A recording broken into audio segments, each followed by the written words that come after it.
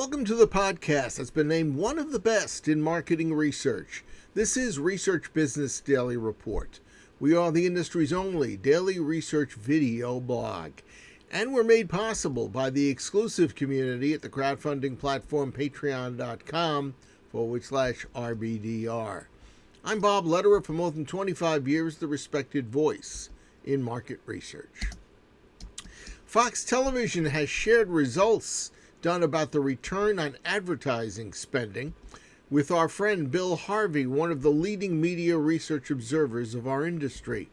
Bill received approval from Fox to share with us several important outcomes from the study. So you're going to hear some new key insights about advertising support and payback for news and sports programming. And then there is surprising new knowledge about stream TV advertising on non-traditional media. Bill? Hi, Bob. Today I've been given permission by Audrey Steele and Fox to give you and your viewers a sneak preview of a major report that Fox is going to release in the next couple of weeks. So the study was done over a 5.5-year period, and it's a continuing, ongoing study that Fox is doing. Fox is interested in helping advertisers learn what they can from correlational research into return on ad spend. The study was using Standard Media Index, which is all of the agencies compiling through SMI as a kind of a co-op, the actual ad spends directly out of agency computers. So it's, as you probably know, the first accurate ad spend data that we've had as an industry. And then Polk, auto sales data, IRI, CPG sales data, and NPD Crest, which is the sales currency for QSR. And Fox is very interested in helping advertisers who would be interested in working with Fox in testing some of the hypotheses coming out of this kind of research. So the first research report came out after 3.5 years, and we, in 2018, presented at the ARF. And there what we showed was that both television and digital are powerful advertising media, and television more so.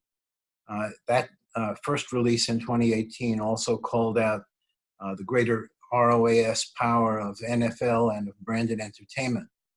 This latest study, which extends it to a 5.5-year study from the beginning of 2014 through the middle of 2019, covers $1.4 trillion in sales in these categories and $14 billion in ad spend. So probably the largest correlational study of advertising ever done, but who knows?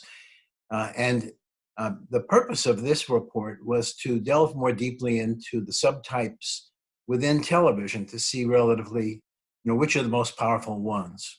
Live programming apparently has, because of the fact that you don't know what the outcome is going to be, a greater ROAS than recorded programming, that is, taped, normal, average television programming. So that's news and sports.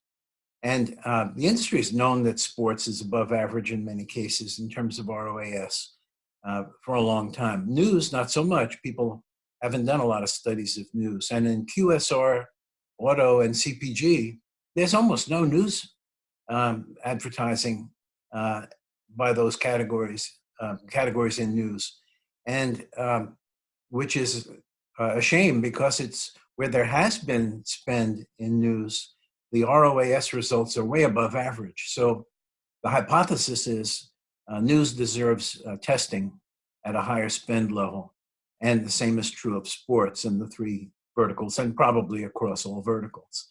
And now, the big news is, let me just set it up by saying, for years now, as the shift in viewing from conventional television to other ways of watching television on mobile devices, computers, time shifting, and so on, there's been a general fear that the sky is falling and, what's going to happen to television. Well, what's happening is television is becoming a more powerful advertising medium. Nielsen's, of course, reporting that there's more viewing hours to television now that there's more devices and opportunity for time shifting. But this study now shows that not only that, but per viewer, per impression, there's more impact on these other forms of watching television. And why would that be? In my mind, there's a couple of reasons. To me, given my background in helping the liftoff of addressable television, these are addressable. You're talking about something like Hulu, which is a perfect example of digital forms of regular television. That effect itself, to be able to eliminate waste and reach the people who are most likely to respond, all my research shows that, of course, that increases the sales impact. And then there's a couple of other variables as well, and that is a lower ad load, fewer commercials, therefore less clutter, and we know that always lifts advertising effectiveness. And then there's the cultural shift. The millennials actually are preferring watching when they want to watch, perhaps at times when there's not going to be any distractions. So there could be attentional factors related to particularly the millennial usage of television. So that's the report, and I hope you're enjoying it as much as I am. I think it's good news for television and for advertising in general. That's your Research Business Daily Report, made possible by our exclusive community at the crowdfunding platform patreon.com/RBDR.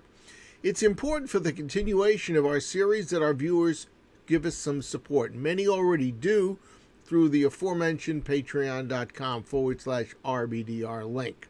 And we call members of that group Patreon supporters. Logic tells us that the 5-minute average video length for an RBDR is perceived by viewers as time well spent, or frankly, we wonder why they would watch us day after day. We know that RBDR viewers share our videos both internally and externally. Sharing an RBDR with someone else in your business or a partner is a normal, everyday situation. Sharing an RBDR video with a client is a different option, but one we hear from viewers who spot something in a particular video that is very, very helpful when they reach out to a client and say, hey, I saw this and I thought about you.